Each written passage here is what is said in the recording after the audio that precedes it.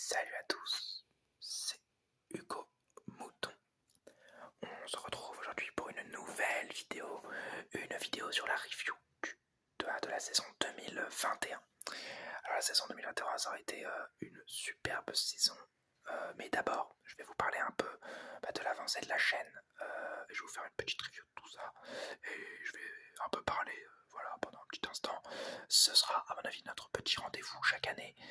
Ce sera la review de la fin de saison. En l'occurrence la fin de saison 2021, l'année prochaine sera en 2022, donc fin de saison 2022, je vous ferai une petite review également et je vous parlerai des avancées de la chaîne, mais là en l'occurrence on va parler de l'avancée de la chaîne de 2020-2021. Alors déjà, la chaîne a été plutôt décousue, hein, voilà. Donc, il y a eu des vidéos à 100, presque 200 vues à des moments, et des vidéos qui tapent les 20 vues, 30 vues, donc c'est des chiffres que personnellement, qui me vont parfaitement, les 20-30 vues. Si je sais qu'il y a 20-30 personnes uniques qui regardent des vidéos, surtout que je sais que maintenant mes potes ont un peu relâché sur ça, parce que ils sont pas très fans d'ASMR à la base, c'était surtout eux à qui j'ai parlé de mes vidéos, et c'est à mon avis leur apport de vues qui m'a offert après un petit public. Et ça m'a bien intéressé. Et aujourd'hui, je sais qu'ils sont beaucoup moins assidus, voire qu'ils regardent plus du tout. J'ai 20 personnes que je ne connais pas. Voilà, c'est un peu les plaisirs d'internet. Mais 20 personnes que je ne connais pas qui regardent des vidéos qui n'étaient à la base faites que juste pour m'amuser. Et moi, ça me va parfaitement. En fait, 20 personnes, c'est plutôt cool. J'aime beaucoup ça. Et des fois, ça peut monter à 200. Et là, c'est exceptionnel. Mais voilà. Au niveau des vues, vraiment, j'aime. Cette année a été moins bonne que l'an dernier, mais parce que l'an dernier j'étais peut-être un peu plus régulier et je mettais peut-être un peu plus de vidéos aussi. Là j'ai eu des grosses périodes de vide et bon, ça fait 3 mois que je fais une vidéo par jour, enfin une vidéo par semaine, excusez-moi, mais ça me fait plaisir en fait déjà de faire cette vidéo par semaine pour bien rattraper les grands prix. Et de toute façon j'espère pouvoir me mettre ce rythme là pour la saison prochaine. Alors ça a été une belle année en termes de vues, mais également en termes d'abonnés, parce que j'ai gagné 10 abonnés, maintenant je suis à 66 abonnés. Merci à vous déjà, merci à tous les abonnés, hein, bravo. Bravo, oui, bravo d'être abonné à moi, bravo d'avoir trouvé ma chaîne YouTube parmi tout ce qu'il y a sur YouTube. Et après, bon, alors on va me dire 66 abonnés c'est pas beaucoup, pour moi c'est bien, c'est très très bien. Bien sûr, je serais très heureux de monter à 100, hein, faut pas se le cacher, mais moi franchement ça me va parfaitement d'avoir pour l'instant 66 abonnés qui en plus regardent la plupart du temps les vidéos, hein, parce que 20-30 vues certes au plus bas, mais 60-70 vues c'est quasiment que tous les abonnés ont dû regarder, et moi franchement ça me fait très très plaisir de savoir que j'ai une audience plutôt fidèle. Alors maintenant après je sais pertinemment que mon audience, elle est pas faite, enfin surtout mes vidéos sont pas faites pour une audience immense. Déjà la SMR c'est un marché plutôt restreint. Il y a des grosses chaînes ASMR certes, mais la plupart des chaînes ASMR plafonnent à 10 000, 20 000, voire 30 000 abonnés. Et sinon il y a les chaînes ASMR qui sont tout en bas, qui sont à 100, 200 abonnés et qui vivent très bien comme ça. Personnellement je vis très bien comme ça, comme je vous l'ai dit un peu plus tôt. Et en plus je mixe ça avec la F1. La F1 qui est un sport planétaire, enfin qui est planétaire, tout le monde connaît la F1 quasiment, mais déjà les audiences sur YouTube sont à peu près de 2-3 millions par vidéo pour la chaîne officielle F1, mais moi je suis pas international donc je descends au marché français. Au marché français la chaîne YouTube avec le plus d'abonnés c'est Debielo, 241 000 abonnés, c'est beaucoup, mais c'est pas faramineux quoi, hein. C'est sur les 3-4 millions de vues habituelles sur YouTube, je parle, hein, même pas dans la vraie vie, c'est pas énorme. Donc en plus combiner ça à de la SMR, je perds une grosse partie. C'est vraiment un marché de niche, mais un marché de niche qui me plaît énormément, étant donné qu'on n'est que deux réellement à faire ça sur YouTube. Il y a moi qui fais des vidéos sur les reviews des Grands Prix et Fly Games ASMR, enfin Fly Games avant, maintenant c'est Fly ASMR Games je crois si je dis pas de bêtises, à qui je suis abonné parce que c'est un mec qui fait des petites vidéos quand il en faisait, parce que là il a fait une petite pause, hein, mais quand il en faisait c'était des vidéos assez courtes, beaucoup plus courtes que les miennes, qui sont très intéressantes, qui parlent de la F1 en fait en ASMR, donc pareil que moi, et j'aime beaucoup ces vidéos en fait parce que déjà son chuchotement est plutôt calme, son chuchotement est plutôt doux. On a fait d'ailleurs une petite collab cette année sur le Grand Prix d'Autriche, je crois, si je dis pas de bêtises. Et ouais, il a l'air très gentil. Il est très gentil de toute façon dans les rapports qu'on a entre nous. Et franchement, je vous invite à aller sur son Discord, hein, voilà. Je vous mettrai son Discord en description parce que c'est pour moi un un youtubeur qui mérite peut-être plus de visibilité. Il en a plus que moi, déjà, il a plus d'abonnés que moi, mais je trouve que ses vidéos sont peut-être mieux designées pour le format YouTube. Étant donné que ses vidéos sont plus courtes, ses vidéos sont plus concises et sont peut-être un peu plus relaxantes et un peu plus ce que demande la charte YouTube. Moi, c'est des vidéos plus longues, c'est du 20 à 30 minutes, parce que j'aime beaucoup aborder tous les détails, et j'espère que ça vous plaît d'ailleurs. Alors voilà, c'est à peu près la fin de la rétrospective de cette année. Je vous en ferai une l'an prochain, en 2022. Mais maintenant, passons à la review de la fin de saison 2021. Alors c'était une superbe saison qui nous a offert un super championnat du monde et qui nous a fait découvrir 3 nouveaux Grands Prix. Donc le Grand Prix des Pays-Bas, du Qatar et de l'Arabie Saoudite. Elle nous aura bien évidemment offert un nouveau champion du monde. Si vous ne l'avez pas suivi, Max Verstappen est nouveau champion du monde. Et franchement, ça a été génial. Ça a été je l'avais dit à la fin du dernier Grand Prix.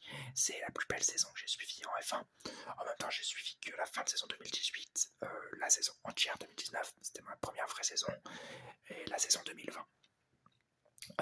Donc en 2018 c'était bien, mais j'étais pas encore assez investi. 2019, première vraie saison, domination Mercedes totale. 2020, Covid, puis Hamilton, Verstappen qui se battent, mais Hamilton prend l'avantage très rapidement. Et voilà, en 2021, la bataille pendant toutes les courses, ils se sont battus pendant quasiment toutes les courses. C'était génial, j'ai adoré ça. Et je leur demande, bien évidemment, en étant conscient que ça ne se reproduira pas chaque saison. Et en même temps, si toutes les saisons étaient aussi folles et se terminaient comme ça, ce serait très fatigant pour les pilotes et pour les fans également. Parce que voilà, j'en aurais sur le cœur à regarder le Grand Prix, je ferais des arrêts cardiaques au final, parce que rien qu'à Abu Dhabi, j'avais le cœur qui palpitait, c'est une sensation folle, et c'est pour ça que j'adore ce sport. Alors je vais vous faire une petite review de tous les Grands Prix, en vous donnant les notes de chacun. Alors pareil, c'était le premier Grand Prix, j'avais mis un 14, parce que c'était un Grand Prix plutôt bon, mais avec un petit peu de calme, et à part l'incident Hamilton, Verstappen, il n'y avait pas eu grand chose. Imola, j'avais eu 17, la première vraie course stylée, l'accident Bottas-Russell, Verstappen agressif au départ, l'accident d'Hamilton qui s'en ressort quand même et qui finit sur le podium, ça avait été génial. Portimao, que j'avais mis que 10, ça avait été plutôt moyen à Portimao, comme l'Espagne où j'avais mis un petit 14 pour l'Espagne quand même. Il y avait eu du spectacle, mais bon, je me rappelle plus énormément, mais je pense pas assez pour mettre une note vers le 15. Ensuite, il y avait eu Monaco qui avait été très statique, comme je l'avais reproché au Grand Prix, comme d'habitude. Monaco c'est plutôt statique, et excepté l'abandon de Bottas et la bataille au midfield, il n'y avait pas eu grand chose. Ensuite, on avait eu Bakou 19, Grand Prix totalement fou, le drapeau rouge à la fin à cause de l'accident de Verstappen, Hamilton qui bloque les freins, ça avait été génial, vraiment. Le GP de France, alors plutôt calme comme d'habitude, mais avec un 13 tout de même, parce qu'il y avait eu un beau jeu stratégique des Red Bull qui avaient essayé de battre les Mercedes et qui avaient réussi à battre d'ailleurs. Ensuite on a vu Silverstone à qui j'avais mis un 14. Bon, non, c'était la Styrie, à qui j'avais mis 14, voilà.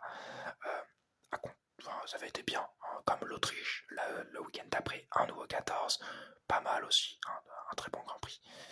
Ensuite, il y avait eu Silverstone, à qui cette fois-ci je n'avais pas mis de note, donc je vais me rattraper aujourd'hui, je vais mettre un 15, malgré l'accident Verstappen-Hamilton. Bon, ça reste quand même un Grand Prix très très mouvementé, que j'ai beaucoup aimé. Suivi ensuite par la Hongrie, qui avait été un Grand Prix fou, voilà, le carambolage au départ, la victoire de Ocon, ça avait été génial, la Belgique à qui j'avais mis un 0, et bah oui, me faire patienter 3-4 heures pour des qualifications, puis 3-4 heures pour une course qui n'aura finalement pas lieu, c'est plutôt chiant. Les Pays-Bas à qui j'avais mis la note de 10 pour la monotonie du Grand Prix, c'était beaucoup trop monotone, ce qui avait totalement décalé avec l'Italie le week-end suivant, le 20 sur 20, une qualification sprint de malade, une course de fou, une victoire, un doublé McLaren même, ça avait été génial. La Russie à qui j'avais mis un 14, ensuite ça avait été la Turquie à qui j'avais mis un 15, le circuit de Turquie est génial vraiment, et il mérite son 15, ça avait été génial. Les USA, ça avait été un peu trop linéaire, donc j'avais mis un 11. Ensuite le Mexique, un 14, alors c'était surtout grâce à l'ambiance que ça avait donné, parce que c'était vraiment génial. Le Brésil 18, parce que la remontée d'Hamilton avait été folle, vraiment. Le Qatar 14, parce que ça avait été un bon Grand Prix, mais sans plus. plus. L'Arabie Saoudite un 19, parce que les actions de tous les côtés, des dramas, et surtout qu'on s'approchait de la fin de la saison. Et c'est surtout ça qui, à mon avis, dû me faire monter les notes. Et à Abu Dhabi, j'avais mis un 20, parce que c'était fou quand même.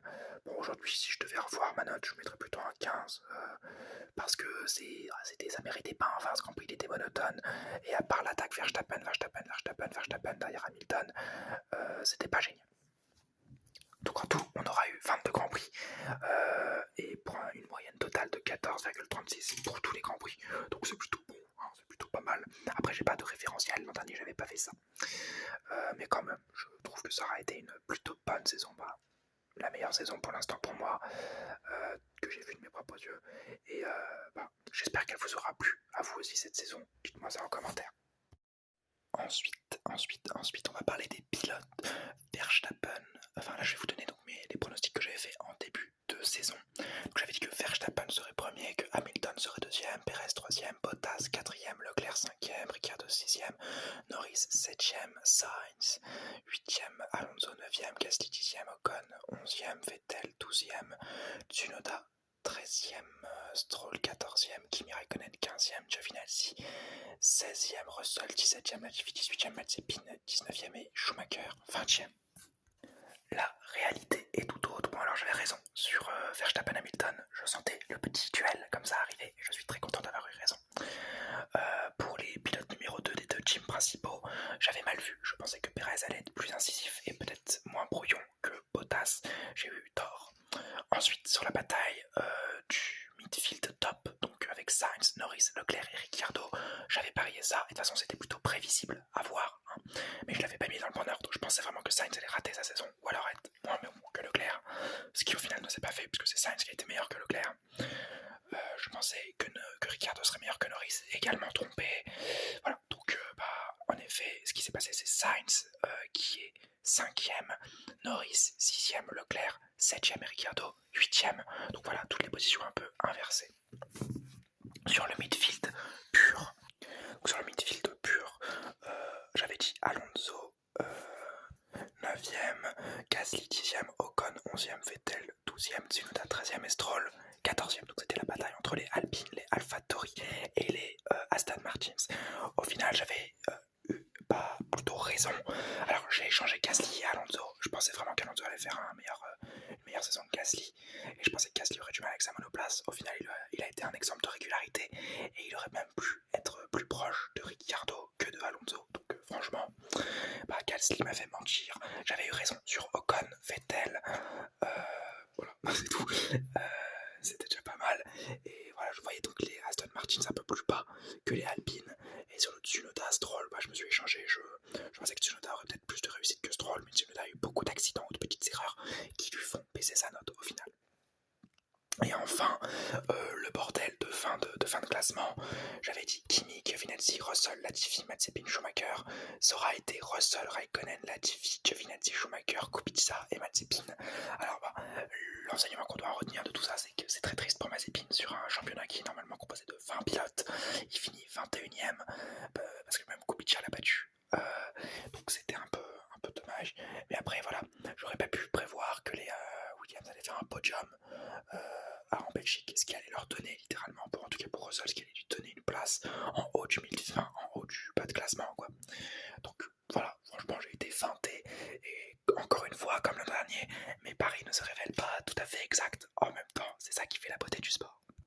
Mais malgré tout ça, quand même, on ne peut que remarquer le fait que mes paris étaient plutôt exacts sur chaque chose, quoi. C'est-à-dire que si après on prend le championnat constructeur que j'avais donné, j'avais dit Red Bull en premier, Mercedes en deuxième, je m'étais trompé.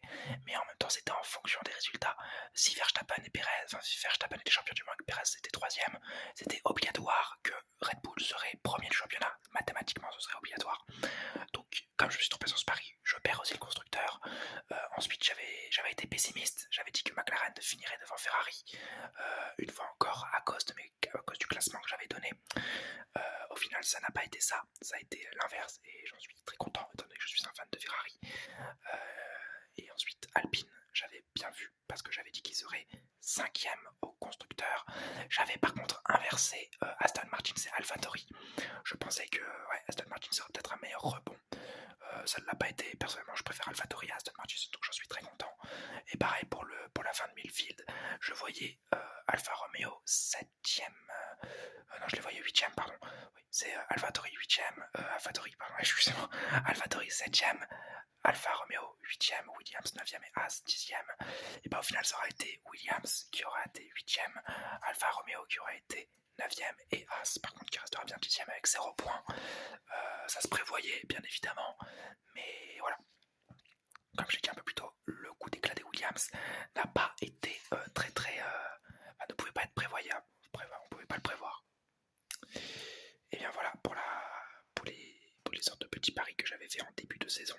Alors, il y aura une review de la saison de l'avant-saison 2022 dans la semaine, mais voilà, je vous le préviens d'avance, hein, la review sera totalement en fonction de mes attentes, ce ne sera pas en fonction de ce que je pense. Sur cette saison-là, c'était prévisible, on pouvait prévoir, et d'ailleurs j'ai bien prévu quasiment tout, à quelques places près, tout était bon. La saison prochaine, c'est imprévisible, si ça se trouve, Bahreïn, ce sera les Williams en première position, et ça je l'aurais pas du tout prévu.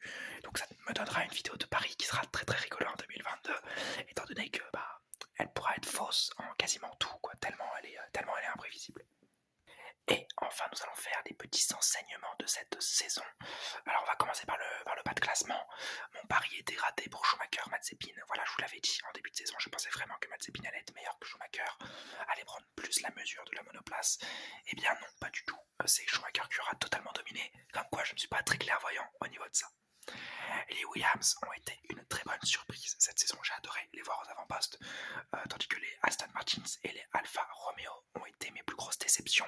Bien évidemment, j'adore Kimi Raikkonen, donc je suis pour Alfa Romeo quand je ne supporte pas les Ferrari. Et Aston Martin, bon, malgré le fait qu'il y ait Vettel, c'est pas une écurie qui me plaît, enfin, elle m'a beaucoup elle m'a beaucoup plu, enfin ça m'a plu de la voir revenir en F1, de la voir arriver surtout en F1, mais je suis pas pour eux, je suis pas un fan d'Aston Martins, donc ça m'a pas trop déçu qu'ils soient aussi bas, mais en même temps c'était décevant pour eux parce qu'ils avaient des attentes à mon avis bien plus élevées que la 7ème place au championnat. Ça aura été une très belle saison pour Kimi Raikkonen, enfin une très belle saison à bon entendeur, des adieux assez tristes parce que je reste un gros fan de Kimi Raikkonen et on aurait préféré un dernier podium, ça n'aura pas été fait parce que la monoplace n'était pas là en fait, comme je vous l'ai dit, hein. Les Alfa Romeo n'ont pas été bonnes aérodynamiquement, au niveau du moteur il y a aussi eu des difficultés et les décisions de course ont été souvent très mauvaises, donc on ne peut pas s'attendre à des bons résultats si on n'a pas une écurie capable de faire de bons résultats.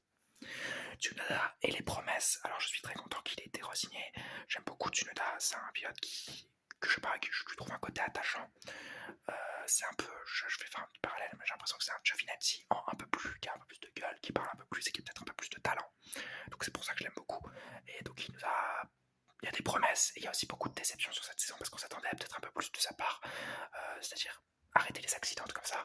On espère en tout cas que l'an prochain, et même passer une espérance, c'est une obligation pour lui.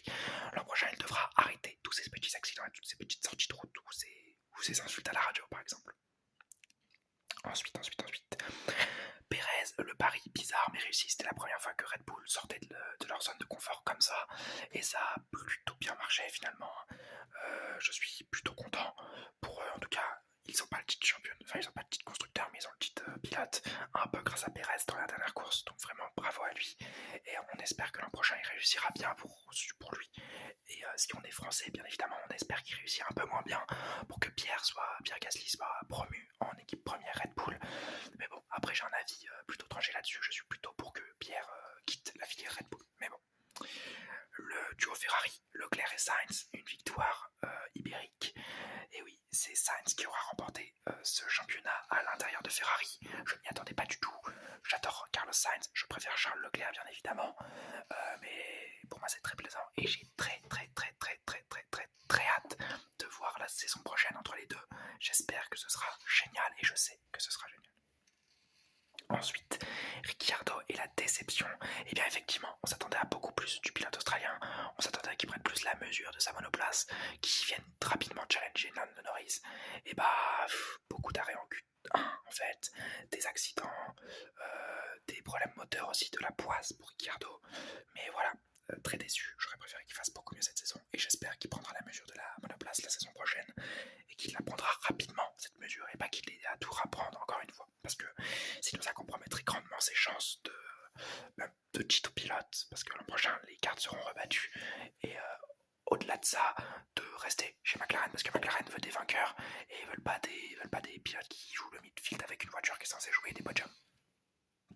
Ensuite, Alonso, un très beau retour, vraiment bravo à lui, qui aura repris rapidement lui aussi les automatismes et tout ça, qui aura dominé Ocon, surtout à cause de la non-continuité de Esteban Ocon dans sa monoplace, qui aura eu beaucoup de difficultés à tenir, c'est-à-dire que les premiers Grands Prix c'était très compliqué, à partir de la Hongrie ça repart un peu, mais voilà c'est toujours en théorie et débat avec Esteban, et on espère que l'an prochain il réussira à faire beaucoup mieux que ça.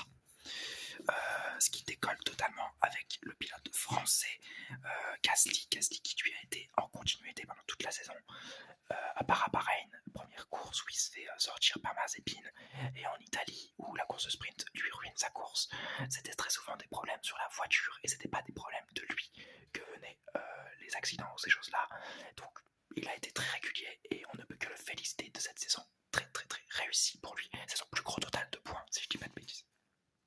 Et enfin, nous allons terminer sur Russell qui passe un niveau, premier podium, premier point, vraiment bravo à lui.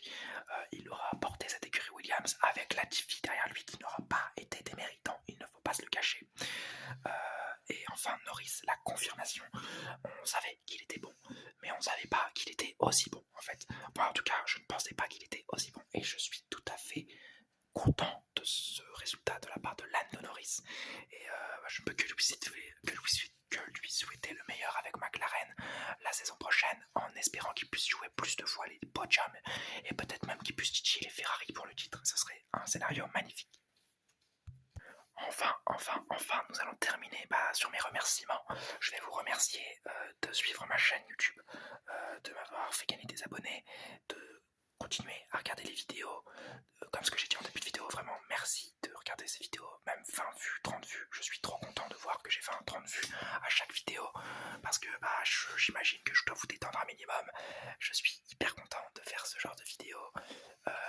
La semaine dernière j'avais dédicacé un pote, parce qu'il m'avait demandé que c'était une petite privée joke assez rigolote, et je sais pas, j'ai envie de tous vous dédicacer, surtout ceux qui me suivent depuis très longtemps que je connais, comme Fly Game ASMR, qui lui aussi fait des vidéos, qui en fait moins aujourd'hui, qui n'en fait d'ailleurs plus du tout, j'espère qu'il reprendra rapidement, s'il m'entend, mais voilà, j'aimerais dédicacer tous ces abonnés, même des abonnés que je ne connais pas, qui commentent pas, mais qui suivent quand même mes vidéos, vraiment merci à vous, merci de vous être abonnés, merci de suivre mes vidéos, c'est pour moi une grosse source de motivation de vous avoir avec moi, de savoir qu'à chaque vidéo j'aurai minimum 20 vues, je suis très content, j'espère continuer à avancer avec vous, peut-être exploser à un moment si mon concept commence à bien marcher, et dans tous les cas je ne vous oublierai pas, je saurai continuer à répondre aux commentaires comme je le fais aujourd'hui, parce que c'est franchement ma passion la Formule 1, et j'adore ça, j'adore parler de ça, et j'espère que vous aussi, vous adorez vous endormir en m'écoutant parler de ça.